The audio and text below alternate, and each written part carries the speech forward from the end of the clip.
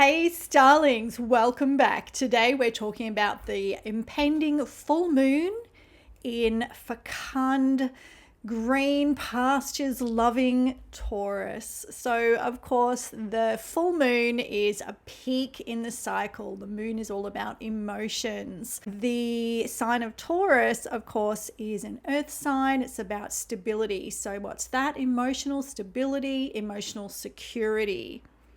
It doesn't like a lot of change, and that's where this moon is a little disrupted, to say the least. It is conjunct Uranus, the planet of disruption, sudden change, shocking change, quick turns of events. Basically, expect the unexpected. I'm Vanessa Montgomery of All-Starz.com with a Z, here with your weekly hot take, and you're with me here in the Astro Transit Lounge, because that's what these are called. That's the term in astrology. It's transits, astrological transits, the movement of the planets. So if you want to learn more about what I'm talking about, it does get slightly technical and there's a lot of shorthand going on here. So Astro Power, a simple guide to prediction and destiny. It's about forecasting for the modern mystic.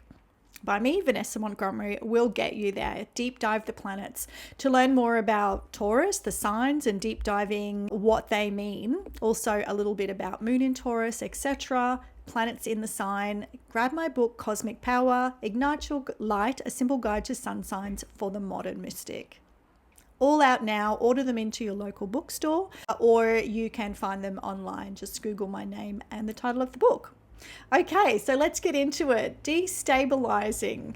If you like change, this isn't going to be too bad for you. But if you really do have moon in Taurus, you're a Taurus, you've got a lot of fixed planets, you might not like this one so much, and it's going to be kicking off your chart with those fixed planets. You'll get a conjunction, opposition, or square, depending on your birth chart. So I know it's a bit technical for some people. Also, you can book in with me. I still do one-to-one bespoke astrology sessions. So moon conjunct Taurus, let's see what we see. On a global level, the moon can represent the people. So it can be an emotional peak or shift. Obviously, it's not going to be business as usual.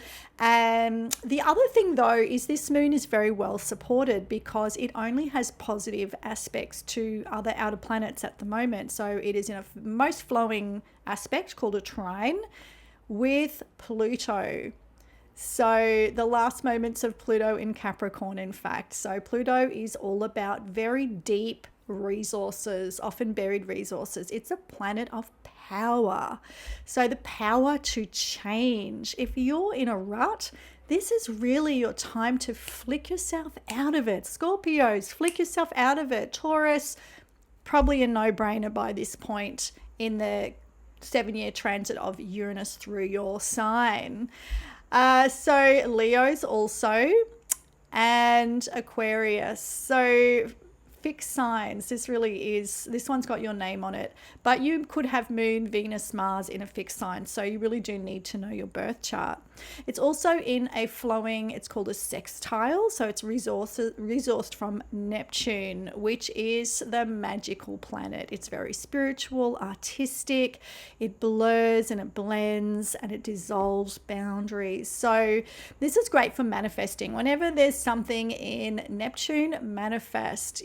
It's the magic side. I'm about to go to a student art graduation, so to me that's the Taurus-y, Neptune-y vibe, and I'm going by myself because at the moment with the North Node of Destiny in Aries, which is a solar planet, it's really good to get out by yourself and just kind of push the envelope. It opens up more opportunities for conversation because you're out of your comfort zone, right? It's just you going at it. So I'm gonna go chat to people and scoot about town and maybe another exhibition, drop in on girlfriend who has COVID, standing outside, bringing the food, bringing some supplies, which is very Taurus. And I do have Taurus rising. So for me, this is right in my first house. So even if you you don't have planets in signs. This is in a house, an area of your birth chart. So where is that? Expect the full moon to draw out, shine a light on, reveal. Probably something that you weren't actually expecting. I know for girlfriend, neither of us was thinking she was going to come down with COVID, but here we are.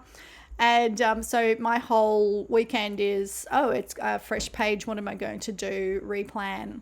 So always lots to do here in Brisbane and when you're a soul trader, of course.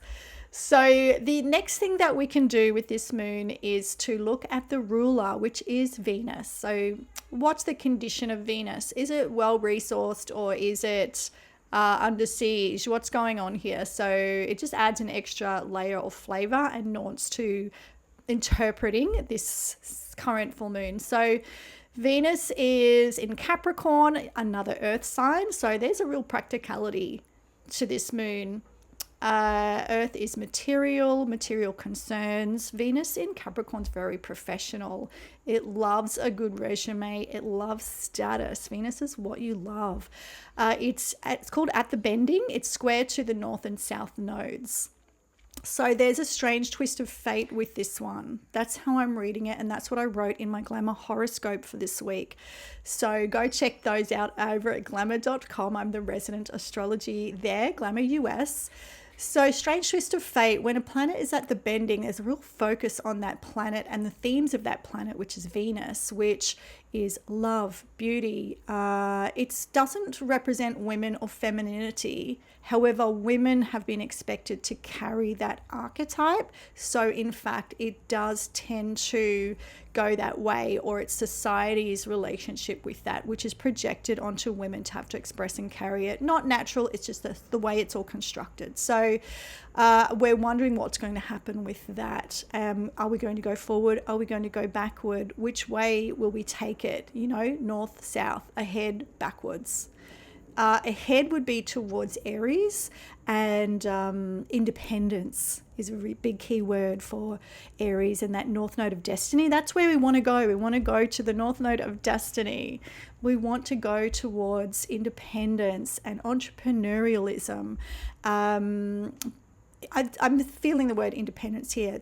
The south node in Libra would be codependency, dependency on partnerships, the 50s style sort of, you know, that trad wife thing is trending, but that's not what it was actually like back then. You know, you can play with this stuff now because you have rights and independence. So that's what I'm seeing with this one. So let's just go back and recap on the themes of Taurus itself. So Taurus obviously ruled by the bovine, the divine bovine. It likes things slow and beautiful. Ruled by Venus, it loves sensuality. It's ruled by the senses.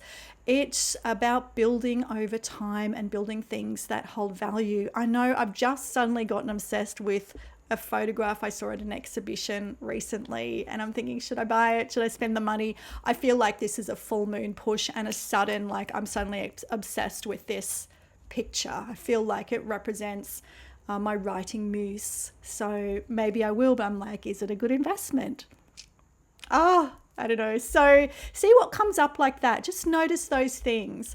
Taurus, so the garden, get into nature. Think about your investing. It's interesting watching crypto, the stock markets, everything has pumped because they always do around a US election, no matter who's elected. This one may pump higher because of the pro crypto stance by the incoming government. Anyway, let me know how you go. Touch base with me, book in, pick up my books, tune in next week. Let me know if you'd like me to do some longer YouTube lives. I have got a new camera, so I can just sit there and chat away, which I'm planning to do if I get enough interest. So please share, please like, please subscribe. Boost the signal. Have a wonderful, fecund, sensual, fortuitous full moon moment, and call in what you want to see. Call in your vision. Don't amplify other people's visions that you don't want. Stay cosmic.